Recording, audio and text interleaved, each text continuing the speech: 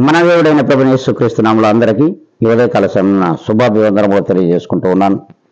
ఈ దినం దేవుడు మనకిచ్చిన నూతనమైనటువంటి వాగ్దానమును ఒక్కసారి మనం చూచినట్లయితే, గలతీయులకు రాసిన పత్రిక 3వ అధ్యాయము 27వ లేఖనాన్ని మనం చూద్దాం.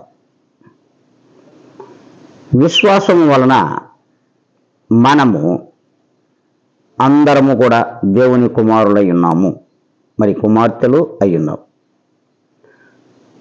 దేవుని వాక్యమే మనకు సూటిగా సెలవిస్తూ ఉంది.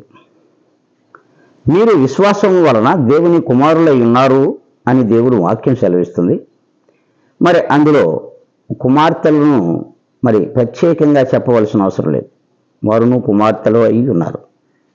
కుమారులు కుమార్తెలు అయి ఉన్నటువంటి మీరు మరి ఏ రీతిగా ఉన్నారో దేవుడు తెలియజేస్తున్నారు. మీరు విశ్వాసము వలన ఆయనను నమ్ముకొని, ఆయనను అమ్ముకోకుండా స్థిర విశ్వాసము చేత క్రీస్తు కొరకు మనము జీవించాలి, క్రీస్తు కోసమే బ్రతకాలి అని ఏనాడు మనము అనుకుంటామో అట్టి వారందరూ కూడా ఆయన బిడ్డలై ఉన్నారు. ఎప్పుడైతే క్రీస్తు మీద బ్రతుకుతూ ఉంటారో, క్రీస్తును అమ్ముకొని ఎవరైతే బ్రతుకుతుంటారో వారు దేవుని బిడ్డలు కాలేరు. నీవు ఒకసారి ప్రభువును విశ్వసించిన తర్వాత, ఆయన రక్షణ కిందకు నీవు వచ్చిన తర్వాత నీవు ఆ తండ్రి కొరకే బ్రతకగలగాలి. ఆ తండ్రి యొక్క రక్త మాంసములను కూడా నీ కొరకు ఇచ్చాడు, మన కొరకు ఇచ్చాడు. కనుక మనం క్రీస్తు కొరకే బ్రతకాలి, క్రీస్తు కోసమే జీవించాలి అనే ఆ యొక్క దృఢమైనటువంటి విశ్వాసము నీలో ఉంటే ఖచ్చితంగా నీవు దేవుని కుమారులై ఉంటారు, కుమార్తెలై ఉంటారు. ఎప్పుడైతే మనము క్రీస్తును అమ్ముకుని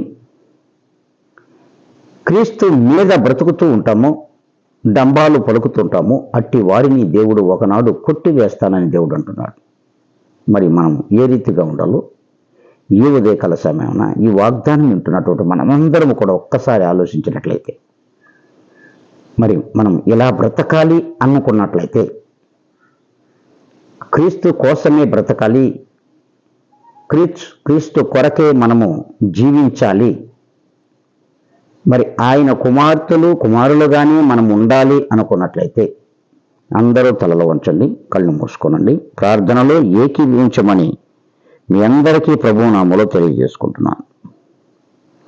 పరిశుద్ధాత్మ దేవుడా, పరిపూర్ణుడవైన మా తండ్రి, మీ పాదములకు వందనములు, స్తుతి స్తోత్రములు చెల్లించుకుంటూ ఉన్నాను.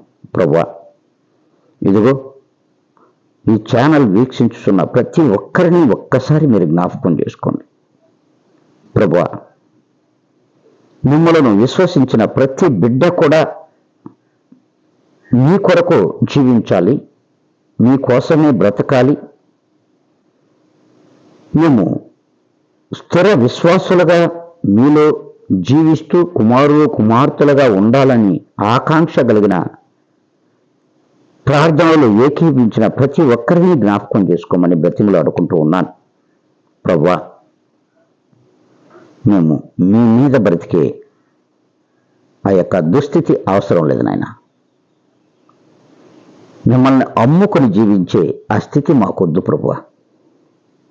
మమ్మల్ని ఒకవేళ మాలో అలాంటి ఆలోచనలుంటే వాటిని ఈనాడే చెరిపివేయమని, స్థిరమైన మీ కుమారులు కుమార్తెలుగా మేము జీవించడానికి కృపచూపమని బ్రతిమలాడుకుంటూ, జీవాధిపతి అయిన యేసు క్రీస్తు నామములో వీక్షించుచున్న ప్రతి ఒక్కరిని, వారితో పాటుగా నన్ను మీ పాదాల దగ్గర సమర్పించుకుంటూ